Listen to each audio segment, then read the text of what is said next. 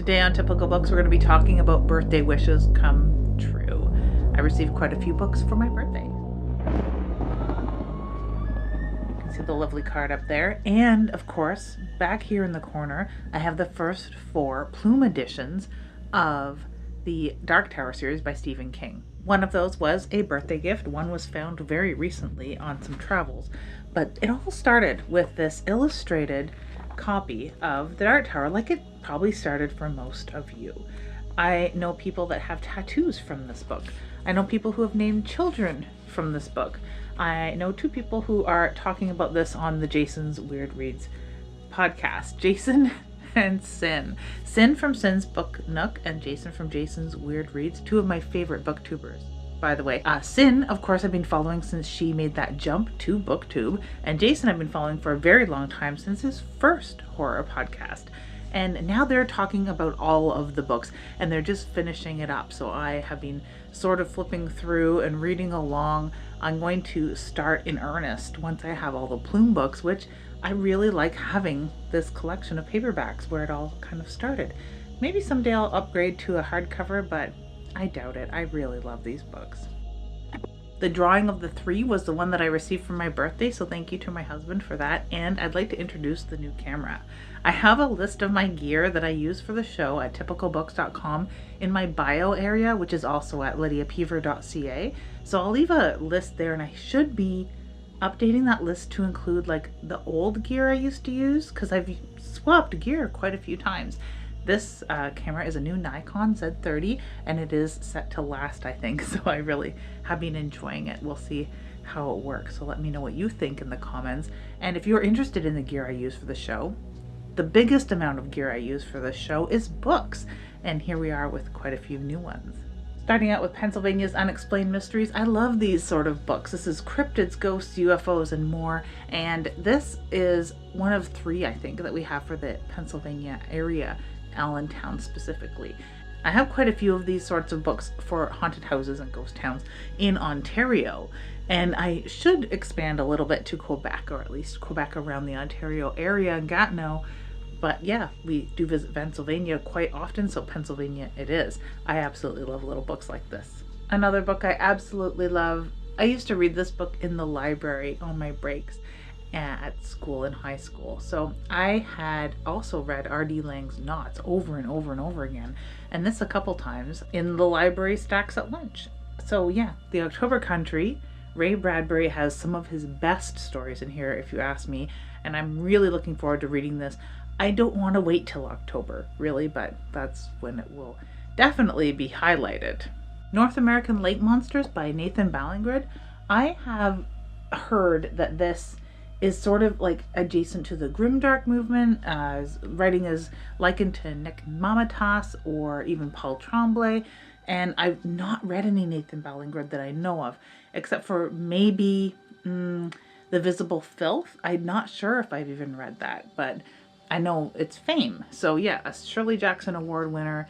Really excited to get to this particular book. I've been told that this is the absolute best way to get into Nathan Ballingred's work. A new addition to the Richard Lehman shelves. I have a copy of Flesh, but this is a good reading copy of Flesh, and a little larger. It is made from the masters of the Dorchester thing. So 47 North put out a lot of things after the Dorchester implosion, and they're made from the same masters. So if there's any errors in a Dorchester book, they're in a 47 North book. And I am looking forward to flipping through this. I read at least 2 Lehmans a year, and this will be the one coming up for the dark season. I haven't picked my summer Lehman read yet, but yeah, I really enjoy a good Lehman, if you didn't know. Now, My Dark Vanessa I picked up as a thrift find, $3. Now, this was just an impulse buy, really. I've heard mixed reviews that for those who read a lot of darker fare, it's kind of light. For those who are not used to this, it was extremely dark. So we'll find out. And no pun intended on the title, that it is dark indeed. But yeah, My Dark Vanessa. I picked it up at a thrift store. I've seen a lot of people review it. Very interested in this book. I really enjoy the cover as well. So I am excited to see what it's about. I'll probably be reading this in February when I'm looking for something a little more bleak. Brom, my gosh. Evil in Me by Gerald Brom. I am not a fan of this kind of psychedelic looking cover.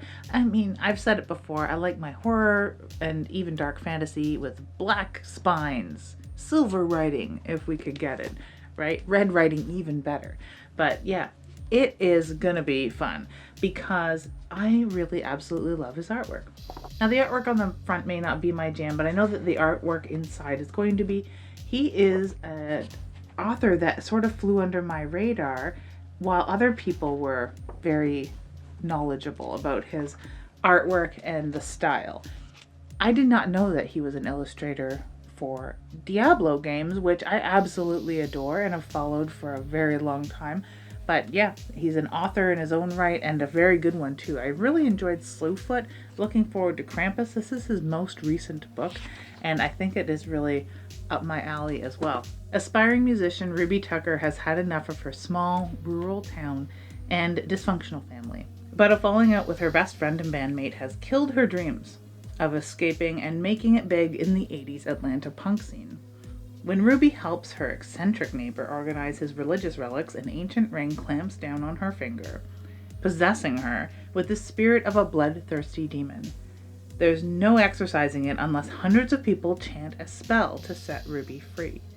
And what's worse, the ring is a beacon for evil, drawing a monstrous mob straight to Ruby, hungry for her flesh. If Ruby can get her band back together and has a shot at salvation, it's time for her to face the music and put her whole soul into a song, one powerful enough to raise some hell. This devilish tale includes nearly 24 of Brom's immersive paintings and brilliant end papers. Yeah, they are really gorgeous, like absolutely gorgeous, which makes me wonder, if I take the slipcover off, what do I get? A black book with purple edge. Okay, so it really is for me. I'm very excited. This story sounds a lot like the only Grady Hendrix book I really, really love, which is We Sold Our Souls. I love that story, and kind of Lords of Salem, which is another story I absolutely love. I like rock horror, so yeah, punk horror. We're looking forward to this. And the final book in the stack also has amazing illustrations, and it is almost all illustrations because it is a graphic novel, and I'll be reading this alongside Torso, which was suggested to me from a friend coworker who likes these like macabre and detective stories and true crime a little bit. This, though, has been on my radar because I'm a big Mr. Ballen fan. Mr. Ballen presents Strange, Dark, and Mysterious, a graphic novel with all of the greatest hits. They are true crime stories, mysterious stories, paranormal stories that he features on his YouTube show and podcasts. I do listen to his podcasts. But yeah, this was a big surprise. This absolutely made my day. All of these things did. My whole birthday absolutely made my day. And my husband is an amazing human being for picking all this up. This show is something that was refreshing to me. I watched it when he first was making like several videos a week, and then tuned in on Sundays when it was like Sundays.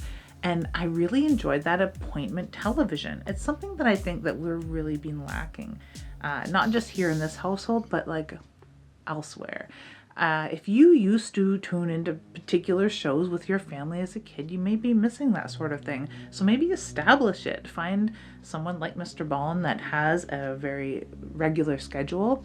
Forgive me that I don't, but every single Saturday now he has a show. I had been saving it for Sundays for quite some time, but now I just want to see the show when it airs. So every Saturday we sit down, or I sit down and watch Mr. Ballen, and he has some Canadian stories in here. It starts out with the Headless Valley story, which is quite famous. He has Bell's Canyon, one of my favorite and absolutely terrifying stories of hiking and encountering some very strange human beings, and all sorts of really cool stories, like a werewolf story from Paris, probably the seminal werewolf story. And one of the few werewolf stories from antiquity that are probably not a serial killer and very likely a cryptid. So yeah, really, really excited to dig into this and some other novellas and short reading. Right now I'm into Black Christmas. I'm halfway through Black Christmas and absolutely loving it. I'll talk more about it when I review that book, but Thomas Altman is a pen name for someone who writes a lot of political intrigue, or wrote a lot of political intrigue, and maybe procedurals, because it's very procedural, but I am really liking it because it is gory, it is tense, it is full of red herrings, and just a really, really good read. I feel really late to the game in reading this. It's taken me quite some time to find a copy, and I've got a pretty good one, so I'm pretty happy with that. And it's not falling apart or anything, even though it is vintage and old. So I'll be back with a New Year's video of the best books of 2024. I'm updating my Goodreads right now because I swear I read more books than it's showing. So we'll find out. I'll be going through my old videos and checking those lists, checking them twice. I'm going to find out what books are naughty and nice in the new year. For now, happy holidays. If you've read any of these books or received a lot of cool stuff for whether your birthday is near Christmas or Christmas itself, let me know. I'll be back at the end of the year or in the new year. So thank you ever so much for watching. As ever, have an excellent holiday and an ookie spooky day.